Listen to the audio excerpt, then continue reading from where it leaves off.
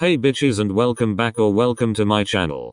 Today I woke up and wanted to offend some stans on the internet, so why not use YouTube? Hence the title of this video.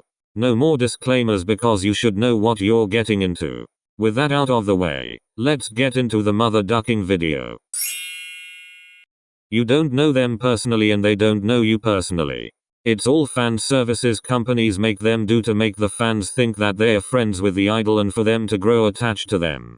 I remember seeing a video on TikTok that shows someone sending DMs to an idol's Instagram account about what's going on in their life, like, hun, no. That's not okay at all and could be a trigger towards the idol since you're not considering their feelings or emotions. It's called a parasocial relationship. According to Google, parasocial relationships are one-sided relationships, where one person extends emotional energy, interest and time, and the other party, the persona, is completely unaware of the other's existence. Also, along with the fan calls and stuff, they're just doing fan service so they won't be seen as rude or get into a scandal. Some idols might be interested, I don't know, however majority of the time, they just don't care. This isn't really that brutal, but it's just something these types of stans need to get into their brain. I am so sick of these older stans disrespecting the new era of groups. You all are literally the equivalent of old people saying, well, back in my day, blah blah blah. The generation is changing and so is the music scene. People don't want songs like G or I am the best anymore. They want songs like D do do D D you do or wanna be like damn.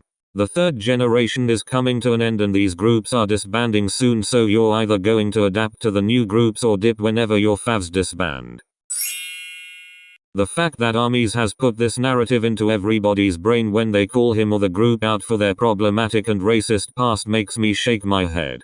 All he said was that he needed to watch out for the things he say. He never discussed the issue head on, so I don't call it an apology. Before y'all drag me, think about it. Wouldn't you want a genuine apology that actually discusses the things they're apologizing for? Of course you do. And plus, even if it was an apology, that's still not good enough. The other members also did offensive stuff around that time, so they should have also apologized. Another thing, just because they donated to Black Lives Matter doesn't automatically erase all the shit they've done. Call me a hater or whatever, I don't care, just know where I stand on that. I might be over-exaggerating that statement, but I dislike it so much. Don't get me wrong, it's an interesting light stick, but what would you do with it at a concert? You can't shake it like a normal light stick because you'll blind someone in the eye or make a mark on your face because of how big it is. JYP, why didn't you give them an actual light on a stick instead of a light ring? They are trying too hard to be quote-unquote trendy. Before I get started with this section, I would like to say that I am not defending Jimin in any way. This is my opinion on Mina's recent actions. Here we go. It all started back in July when Mina and her boyfriend got into a scandal for alleged cheating. She wrote an apology and for some reason decided to bring up Jimin when the situation had nothing to do with her. She said, and I quote, "In the case of Jimin, I am a huge victim. Like, excuse me Mina, but this situation has nothing to do with her, so why are you deflecting your mistakes on her? Why are you trying to get sympathy points for no reason? Stop it." Fast forward to today, Mina accused her sister of swindling money and slandering her name. Yikes. And you know what she does?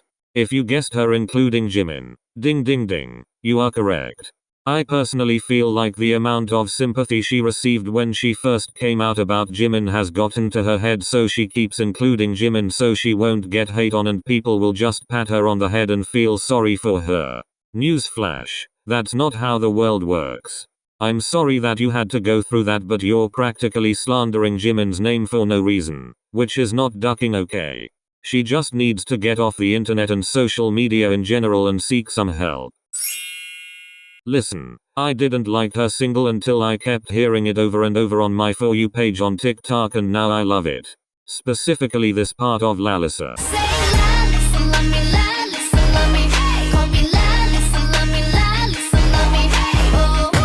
However, I do have my gripes with this era, especially with the use of a black accent while she raps, which you can clearly hear in Money.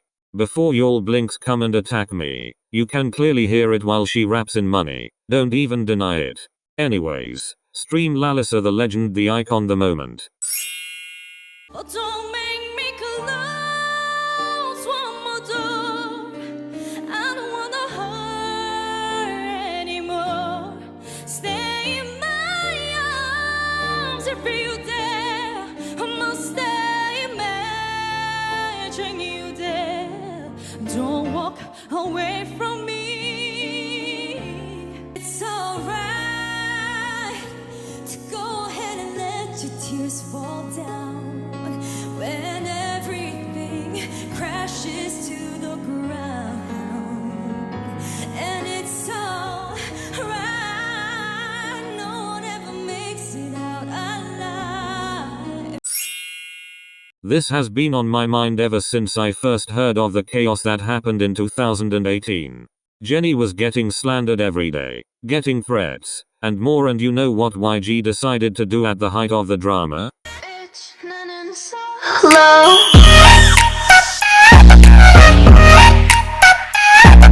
I mean, it did garner attention, but it became one, if not, the most controversial debut of that year, and it's all because of YG's terrible decision.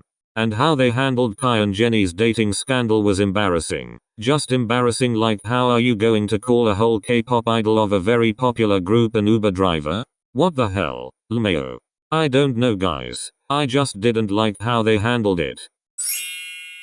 I'm tired of people sleeping on Wonder Girl's accomplishments they have made in the United States. They were the first Korean act to appear on the Billboard Hot 100 charts and the first K-pop act to hold a US tour. They are a part of the groups who paved the way, yet they rarely get talked about. Let's start acknowledging their impact and their legendary status. I'm not wishing for their downfall, but I can't see them thriving without Sujin. Sujin was among one of the most popular members of G-Idol besides Soyeon, and it just won't hit the same without Sujin's vocals or visuals being present in the music video. We miss you, girlie. You'll never be forgotten. And that's the end of the video. I don't have much to say for my ending, so have a good day or night and see you all in the next video. Bye bye.